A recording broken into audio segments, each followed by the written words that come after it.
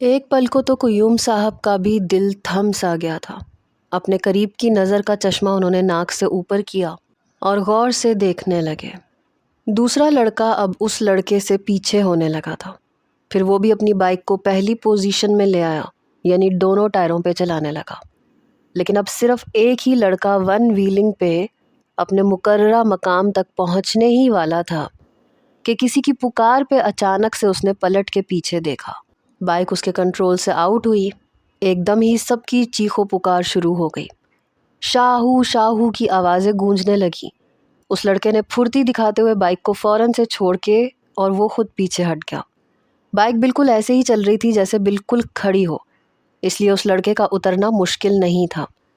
Bike بہت دور جا کے بڑی زور سے گری اور وہ لڑکا بھی پیچھے کی جانب پھسلتے ہوئے گرا، لیکن زیادہ برے طریقے سے نہیں۔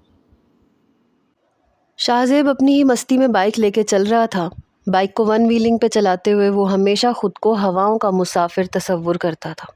کوئی نشہ تھا یا جنون، مگر وہ خود میں نہیں ہوتا تھا۔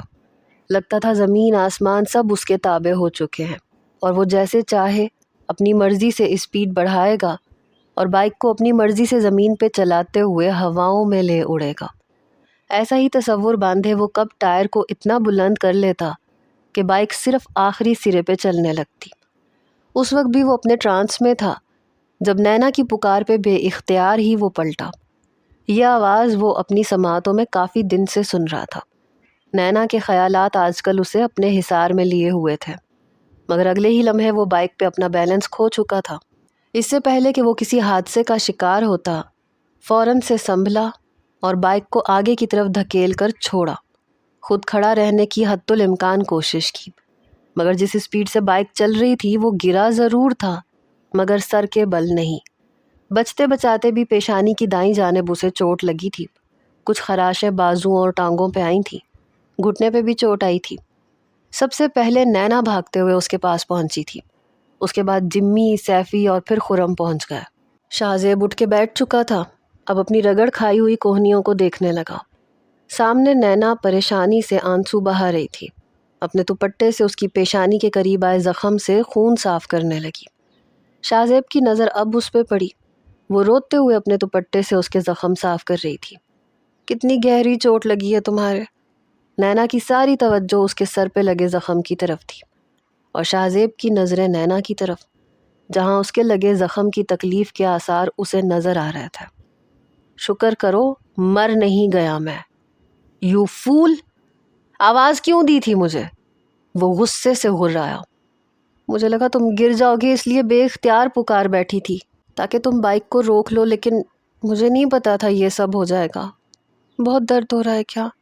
نینا اب اس کی کوہنیوں اور ہاتھوں سے رستے ہوئے خون کو دیکھ کے پوچھنے لگی۔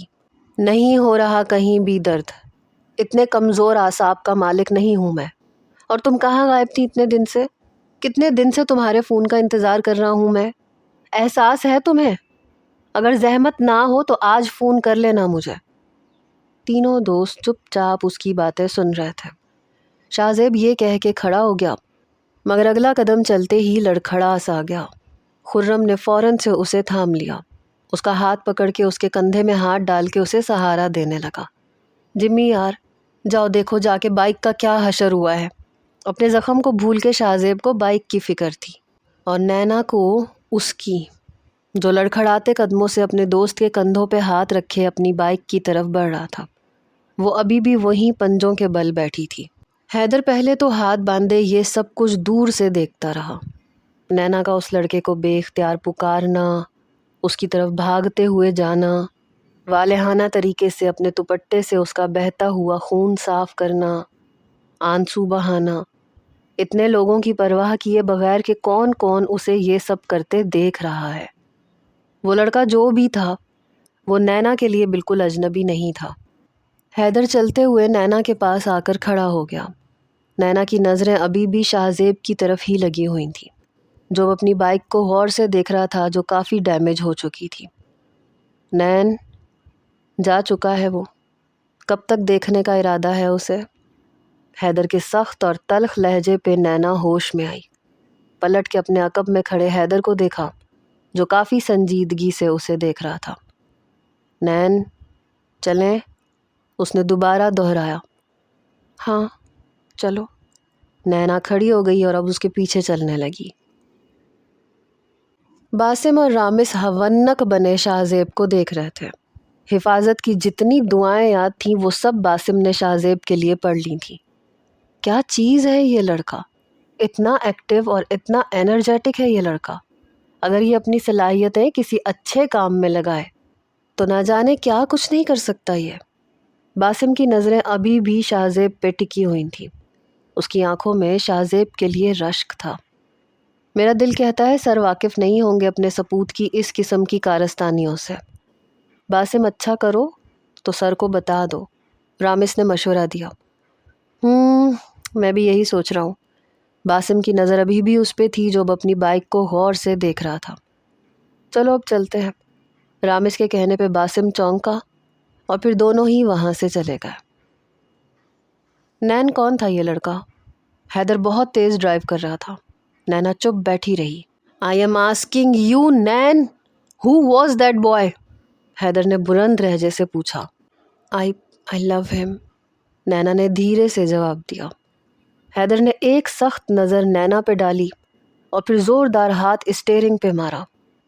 How can you do this with me? Haider نے دانت کچکچا کے ایک غصیلی نظر نینا پہ ڈالی۔ نینا کو یہی سب ٹھیک لگا کہ حیدر کو سچ بتا دے۔ شاہ زیب کی آنکھوں میں اپنے لیے وہ آج بہت کچھ دیکھ چکی تھی۔ جس طرح وہ اس سے پوچھ رہا تھا، یقیناً وہ اس کی کال کا منتظر تھا، اس لیے اب نینا کو کسی کی پرواہ نہیں تھی۔ نین تم دوبارہ اس لڑکے سے نہیں ملو گی۔ حیدر کا غصہ بڑھتا جا رہا تھا۔ نینا کے انتظار نے گویا اس کے ہوش اڑا دیے تھے۔ اپنے غصے کو ضبط کرتے ہوئے اس نے نینا سے کہا، ٹھیک ہے نہیں ملتی، لیکن مجھے یوں پابندیوں میں رکھ کے کیا سمجھتے ہو تم؟ میرے دل سے اسے نکال دو گے؟ نو حیدر، نیور۔ تم اور پاپس مجھے جتنا چاہے اس سے دور کرنے کی کوشش کر لو، مگر وہ جب جب میرے سامنے آئے گا میرا ریئیکشن ویسا ہی ہوگا جیسا آج تھا۔ کیا ابھی بھی تم مجھ سے رشتہ جوڑنا چاہو گے؟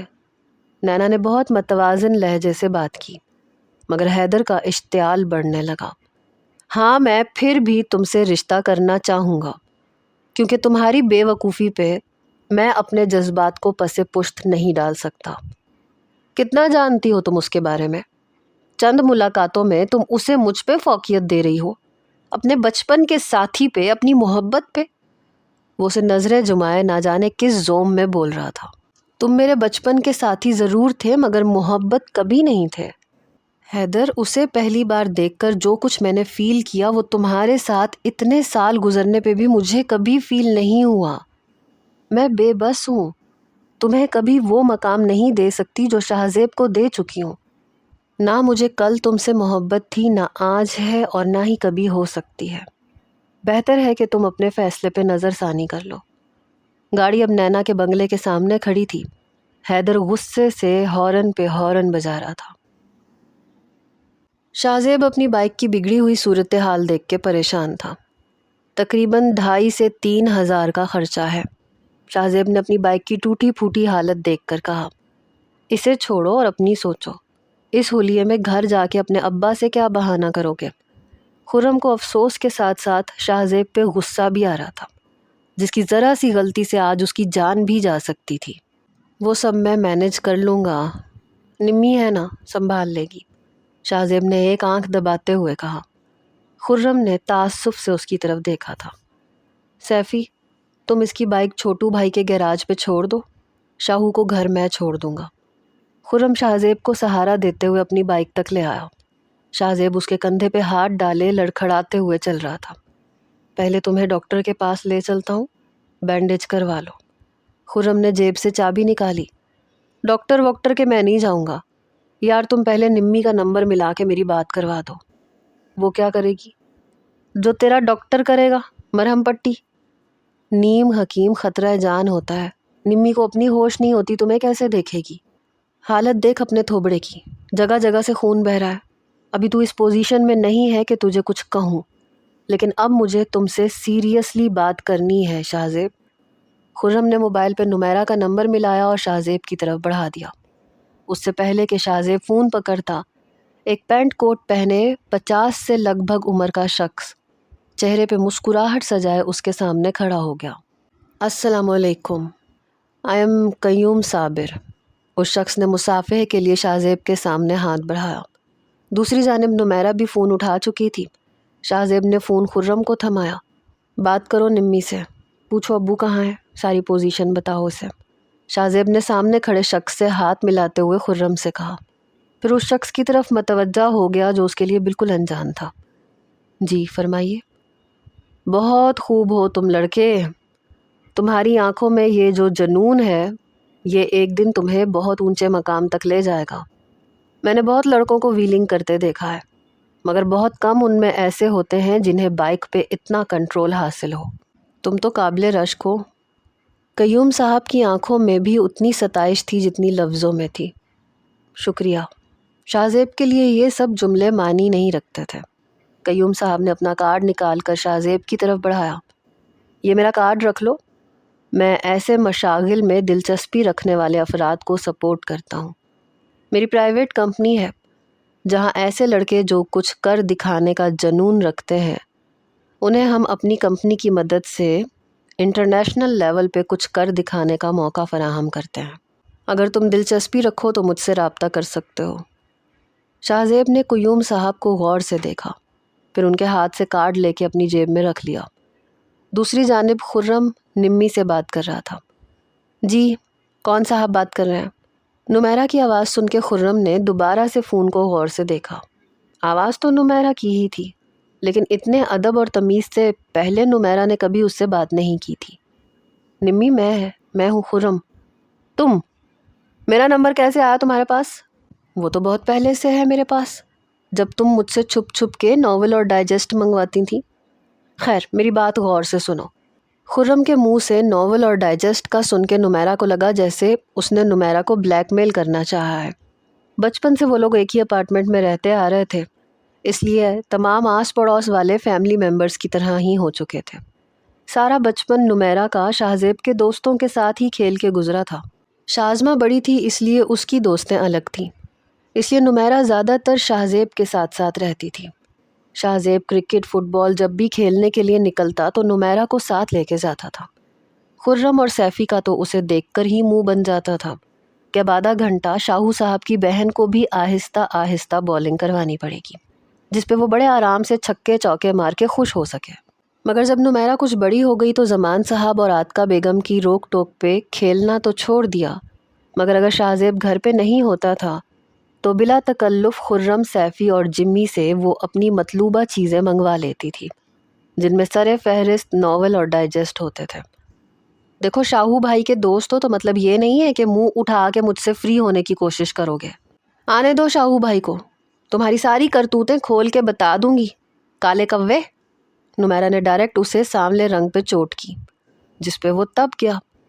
تمہارے شاہو نے ہی کہا ہے مجھ سے کہ میں اس کے گھونسلے والے بالوں والی کم عقل بہن کو یہ بتا دوں کہ میرے بالوں کو گھونسلہ کہنے کی تمہاری ہمت کیسے ہوئی، اور کم عقل ہوگے تم، تمہاری بہنیں، تمہارا پورا خاندان۔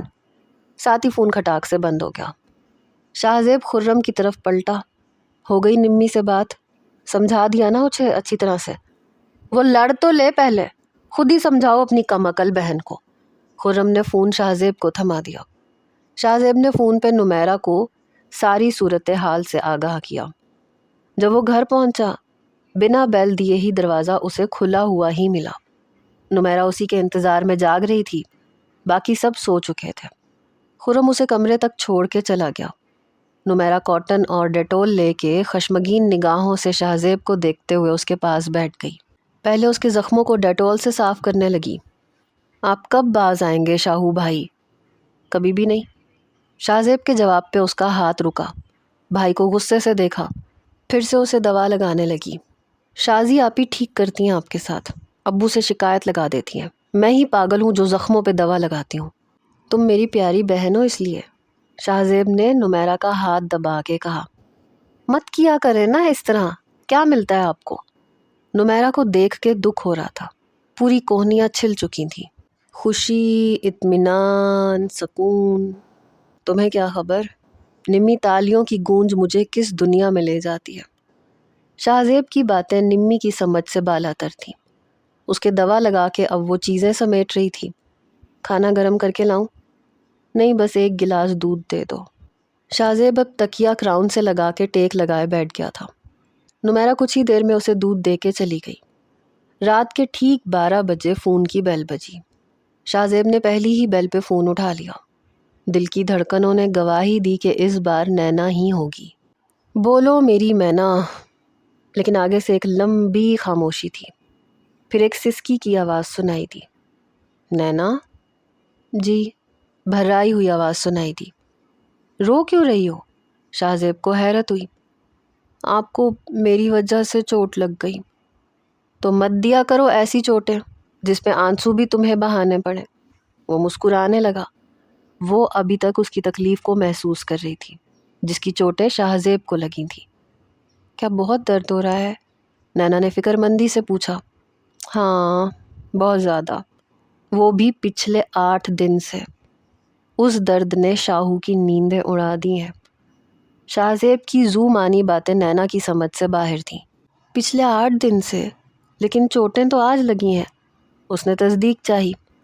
آج والی چوٹوں کی خیر ہے، وہ لگتی رہتی ہیں، اس سے فرق نہیں پڑتا مجھے۔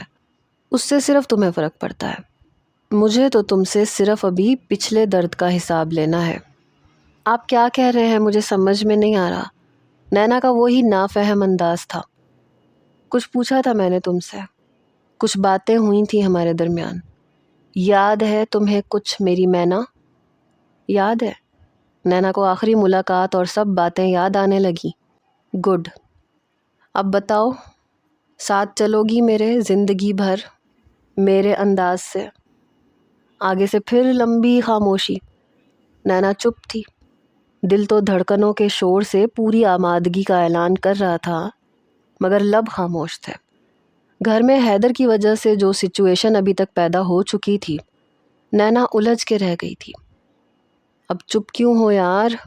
8 دن بڑے مشکل سے کٹے ہیں میرے۔ جواب دو مجھے نینا۔ شاہ زیب تو آج نینا سے بہت کچھ سننے کے موڈ میں تھا۔ وہ میں دے چکی تھی۔ نینا نے آنکھیں بند کیں اور صرف دل کی آواز پہ لبیک کہنا شروع کیا۔ دیکھو، بہت مشکلیں آئیں گی نینا، اختلافات بھی اٹھیں گے، ثابت قدم رہ پاؤ گی، کہیں ڈگمگا تو نہیں جاؤ گی۔ شاہ زیب کے خدشات اپنی جگہ ٹھیک تھے۔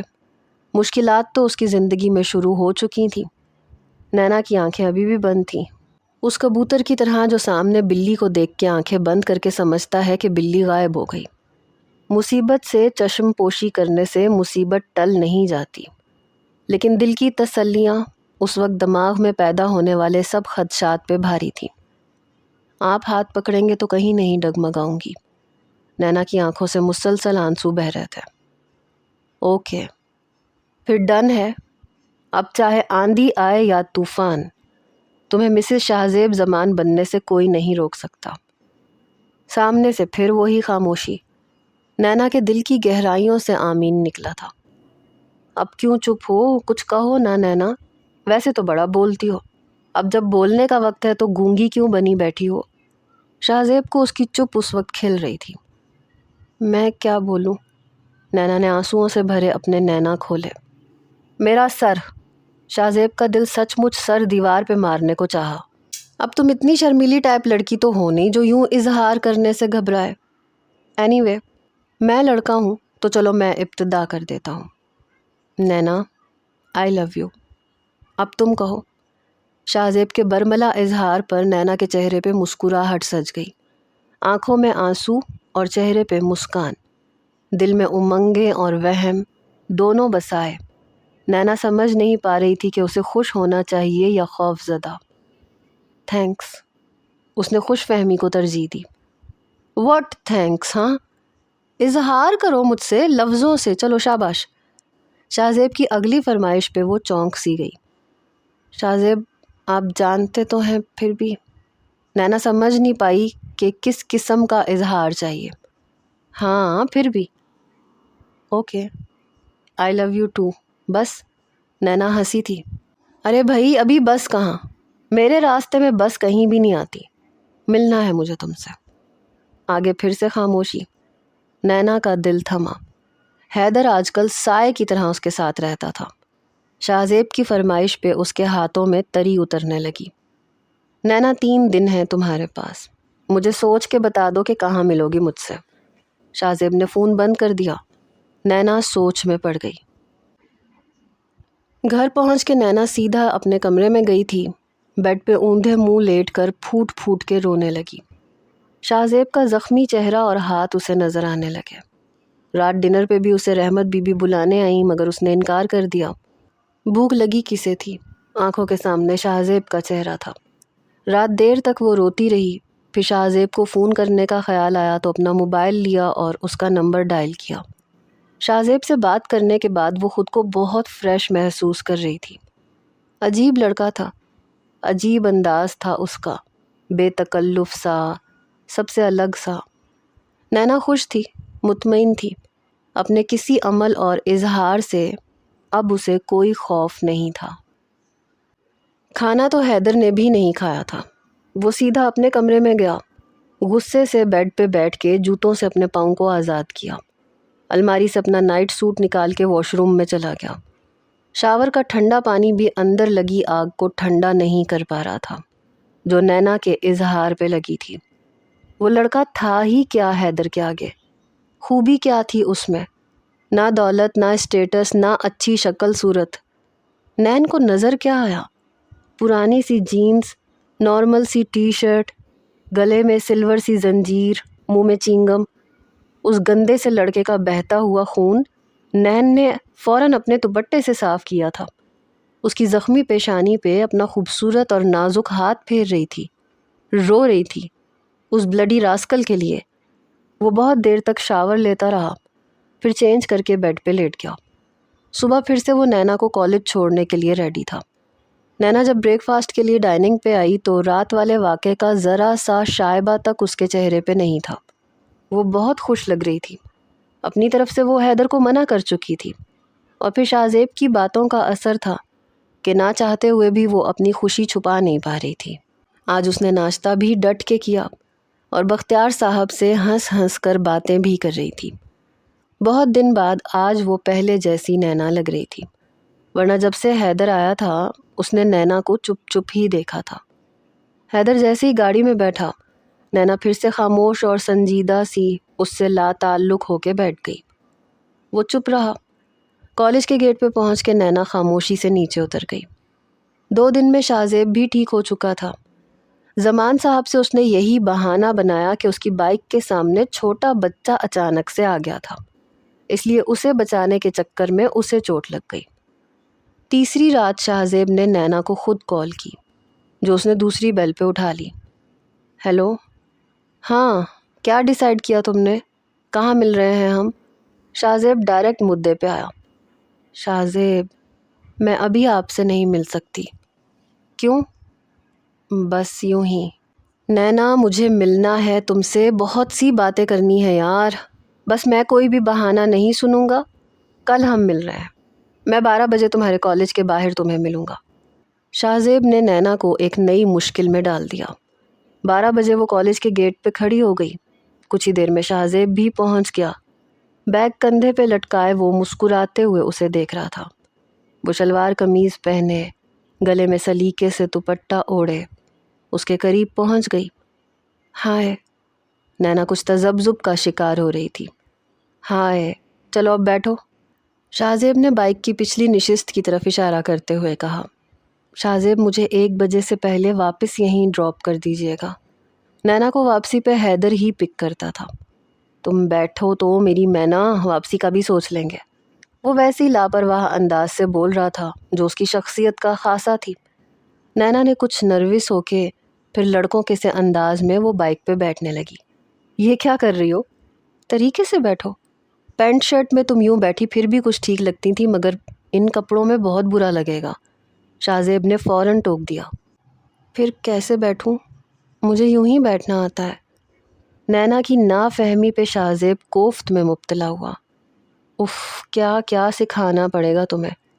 تم ویسے بیٹھو جیسے کرسی یا صوفے پہ بیٹھتی ہو۔ شاہزیب، میں گر جاؤں گی۔ وہ پریشان ہوئی۔ نہیں گرو گی، بیٹھو تو صحیح۔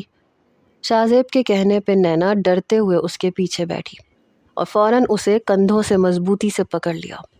شاہزیب نے بائک کی کک ماری اور بائک آگے بڑھا دی۔ ڈرو مت، میں بائک آہستہ چلاؤں گا، اوکے؟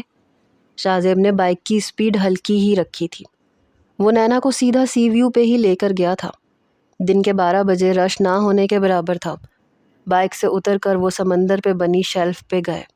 ہوا بہت تیز تھی اور سمندر کی لہروں کو وہ آتے جاتے دیکھ رہے تھے، یا شاید یہ سوچ رہے تھے کہ بات کہاں سے شروع کی جائے۔ نینا چپ تھی۔ نینا، مجھے نہیں لگتا تھا کہ میں کبھی بائک کے علاوہ بھی کسی سے محبت کر سکتا ہوں۔ میرے خواب تو بس بائک سے شروع ہو کے اسی پہ ختم ہوتے تھے، مگر تم نے مجھے سوچنے پہ مجبور کر دیا۔ پتہ ہے، تم بہت الگ سی ہو۔ شاہزیب اسے غور سے دیکھتے ہوئے کہہ رہا تھا۔ الگ مطلب عام لڑکیوں جیسی بالکل نہیں ہو، کچھ میرے جیسی ہو، شاہزیب نے سوچتے ہوئے کہا۔ آپ کے جیسی؟ ہاں، مطلب لڑکوں جیسی سوچ رکھنے والی، ورنہ لڑکیاں محبت کر بھی لیں تو اظہار میں کبھی بھی خود سے پہل نہیں کرتی، لیکن تم نے بلا جھجک مجھ سے صاف صاف کہہ دیا، اس لیے مجھے یقین نہیں آ رہا تھا کہ میرے انکار کے باوجود تم اپنی بات پہ قائم دائم رہی، ورنہ لڑکیاں تو انا کا مسئلہ بنا لیتی ہیں، اور پھر میری وجہ سے جس طرح سے تم نے خود کو بدلنا شروع کیا، میرے دل کو بھی بدل کے رکھ دیا۔ مجھے لگتا تھا کہ محبت فارغ لوگوں کا کام ہے، جو کچھ نہیں کر سکتے وہ محبت کر لیتے ہیں۔ شاہزیب کی بات پہ وہ ہنسنے لگی۔ پہلی بار شاہزیب اسے یوں کھلکھلا کے ہنستے ہوئے دیکھ رہا تھا۔ سیریسلی، میں بھی یہی سمجھتی تھی شاہزیب، مجھے بھی سب سے فضول کام محبت ہی لگتا تھا۔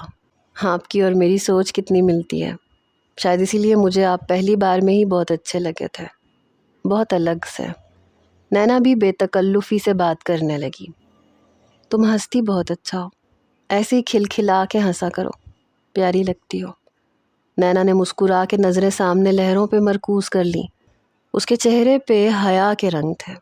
اس کی تعریف پہ یوں بلش ہونے پہ شاہزیب نے موضوع بدلا۔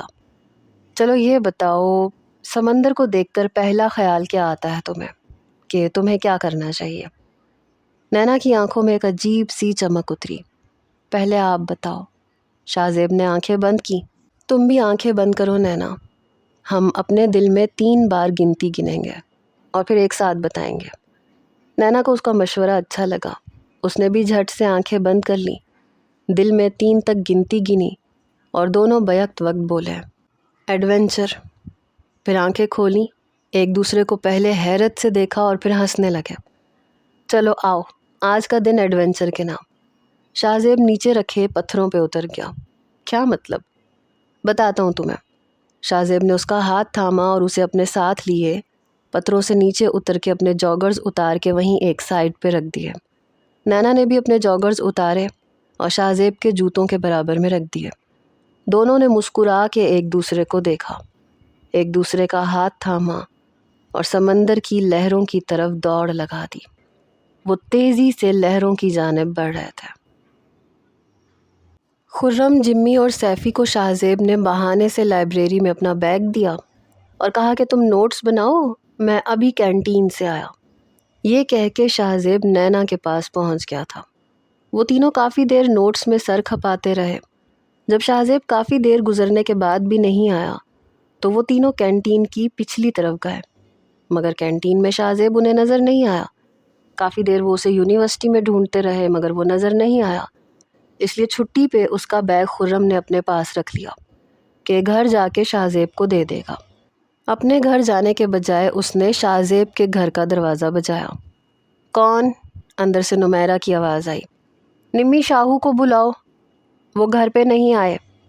ابھی تک واپس نہیں آیا؟ خرم نے تعجب سے کہا، کیونکہ یونی سے تو وہ بہت پہلے نکل چکا تھا۔ کہاں گیا ہے وہ؟ خرم نے دوسرا سوال کیا۔ میرا بھائی لائق فائق ہے، چیٹنگ کر کے پاس نہیں ہوتا، اس لیے پڑھنے کے لیے یونیورسٹی جاتا ہے۔ یہ طنز نمیرہ نے خرم پہ کیا تھا اور وہ اچھی طرح جانتا تھا۔ ہاں، جب ہی اپنا بیگ چھوڑ کے یونی سے بھاگ گیا تمہارا پڑھا لکھا بھائی۔ جیسی بہن پڑھنے کی چور، ویسا بھائی پڑھائی سے بھاگنے والا۔ خرم کے تپے ہوئے جواب پہ دروازہ کھلا تو نمیرہ کمر پہ ہاتھ رکھ کے خطرناک تیور لیے اسے دیکھنے لگی۔ ضروری نہیں ہے کہ شکل اچھی نہ ہو تو انسان بات بھی اچھی نہ کرے، نمیرہ نے بن کے کہا۔ شکل تو ماشاء اللہ سے اچھی ہے اور سچ تو ویسے بھی کڑوا ہی لگتا ہے۔ لو پکڑو اپنے بھائی کا بیگ، خرم نے بھی تل ملاتے ہوئے جواب دیا، اور جیسے ہی بیگ نمیرہ کی طرف بڑھانے کی کوشش کی، نمیرہ نے غور سے خرم کی طرف دیکھا اور پھر کالا کوا کہہ کے دروازہ دھاڑ سے بند کر دیا۔ اگر خرم کا ہاتھ ذرا سا بھی آگے ہوتا تو دروازے کے بیچ میں ضرور آ جاتا۔ خرم زچ ہوتا ہوا واپس اپنے فلیٹ میں چلا گیا۔ کچھ ہی دیر میں دروازے پہ پھر سے دستک ہوئی۔ خرم، کالے کوے دفع ہو جاؤ یہاں سے، شاہو بھائی آئیں گے نا تو اب دروازہ پیٹنا، منہ توڑ دوں گی تمہارا، نمیرہ نے غصے سے کہا۔ اگلی بار ڈور بیل بجی۔ یہ کمینہ باز نہیں آئے گا۔ نمیرہ نے ذرا سا دروازہ کھولا اور بنا دیکھے ہی اپنا ہاتھ باہر نکالا۔ لاؤ 2 بیگ۔ باہر اس وقت باسم کھڑا تھا۔ عاصم کو ٹیوشن پڑھانے آیا تھا۔ پہلی دستک پہ نمیرہ کی گل فشانی سن چکا تھا، اس لیے دوسری بار ڈور بیل دی تھی، مگر ایک زنانہ ہاتھ باہر دیکھ کے ذرا سا پیچھے ہٹ گیا۔ باسم نے گلا صاف کر کے اپنی موجودگی کا احساس دلانا چاہا۔ اب کیا ہڈی پھنس گئی ہے گلے میں؟ بیگ دینا ہے تو دو ورنہ نکلو یہاں سے۔ نمیرہ ہر بات سے انجان بس بولنے میں مصروف تھی۔ عاصم ہے تو پلیز اسے بلا دے۔ مجبوراً باسم کو بولنا ہی پڑا۔ باسم کی آواز سن کے نمیرہ کی آنکھیں پھٹیں۔ جلدی سے تصدیق کے لیے دروازہ کھول کے سامنے دیکھا تو باسم نظریں جھکائے کھڑا تھا۔ ہائے اللہ جی، آپ؟ نمیرہ کی جان پہ بنی۔ انجانے میں اپنا امپریشن باسم کے سامنے برا بنا بیٹھی۔ سوری، میں سمجھی کوئی اور ہے۔ اٹس اوکے، اگر آپ کو زحمت نہ ہو تو آپ اندر آنے کی جگہ دیں گی؟ باسم نے بس ایک سرسری سی نظر ہی اس پہ ڈالی تھی۔ جی جی کیوں نہیں، آئیے۔ نمیرہ جلدی سے پیچھے ہٹ گئی۔ وہ سیدھا نظریں جھکائے ڈرائنگ روم میں چلا گیا۔ عاصم پہلے ہی وہاں اپنی کتابیں کھول کے بیٹھا تھا۔ نمیرہ نے اپنا ہاتھ اپنے سر پہ مارا، دل میں خود کو جی بھر کے کوسنے لگی۔ کیا ضرورت تھی بنا دیکھے اتنا کچھ سنانے کی؟ مجھے پہلے دیکھنا چاہیے تھا۔ کیا سوچتے ہوں گے وہ میرے بارے میں؟ اتنی لمبی گز بھر کی زبان ہے میری۔ توبہ توبہ نمی، تمہاری لو اسٹوری تو شروع ہونے سے پہلے ہی ختم ہو جائے گی۔ نمیرہ منہ میں انگلی دبائے پریشان حال ابھی تک بیرونی دروازے پہ کھڑی تھی جب شازمہ روتے ہوئے کمرے سے باہر نکلی۔ نمیرہ اپنی فکر چھوڑ کے شازمہ کے پاس آ گئی۔ وہ سامنے رکھے ٹیبل کی کرسی کھینچ کے بیٹھ کے دونوں ہاتھوں سے منہ چھپا کے رونے لگی۔ عاتقہ بیگم اس وقت گھر پہ نہیں تھی، پڑوس میں گئی تھی۔ شازی آپ بھی کیوں رو رہی ہیں؟ کیا ہوا ہے؟ کچھ نہیں نمی، شازل بات نہیں کر رہا مجھ سے، میرا فون تک نہیں اٹھا رہا، کیسے مناؤں اسے؟ میرا قصور کیا تھا؟ نمیرہ کو بہن پہ ترس آنے لگا۔ اس نے اپنے ہاتھوں سے اس کے آنسو صاف کیے، سامنے رکھے جگ سے پانی گلاس میں ڈال کے اسے پلانے لگی۔ مان جائیں گے شازل بھائی، آپ کیوں پریشان ہو رہی ہیں؟ نہیں نمی، اس بار نہیں مانے گا، کافی دن سے اسے فون کر رہی ہوں، فون ہی نہیں اٹھا رہا۔ اچھا آپ چپ تو کریں، کب تک ناراض رہیں گے؟ مان ہی جائیں گے نا؟ نمی نے شازمہ کا چہرہ اپنے دونوں ہاتھوں میں لے کے کہا۔ میں چائے بناتی ہوں آپ کے لیے۔ رو رو کے کتنی آنکھیں سوج گئی ہیں آپ کی، سر میں بھی درد ہو رہا ہوگا۔ نمیرہ اٹھ کے کچن میں چلی گئی۔